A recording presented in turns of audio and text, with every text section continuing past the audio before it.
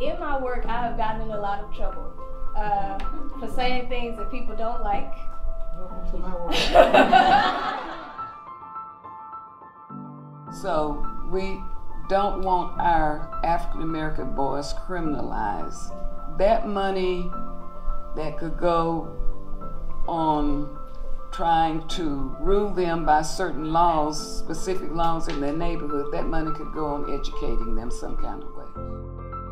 And how you talk to them, how you look at them, what you believe is possible for them is what they will believe is possible for themselves. Can anybody finish the sentence in 1492? That's propaganda. Now, whether you believe it's true or not, that's propaganda. Propaganda is anything that's been taught over and over again and mass perpetuated. So it's our job to take the propaganda back. We got to stop being silent. That's the first thing. Yes. Because silence gives assent. And when something is wrong, you got to say it.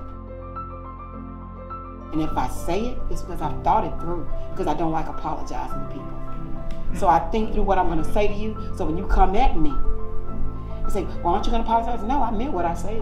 If you are a real teacher, you will always give more than you get.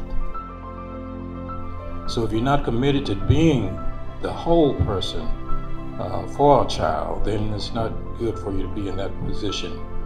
And so I just wanted to name like how critical it is that we do get clear about what our vision is, that we do get clear about our convictions, and that we actually stand in them fearlessly as we do this work for justice for our children.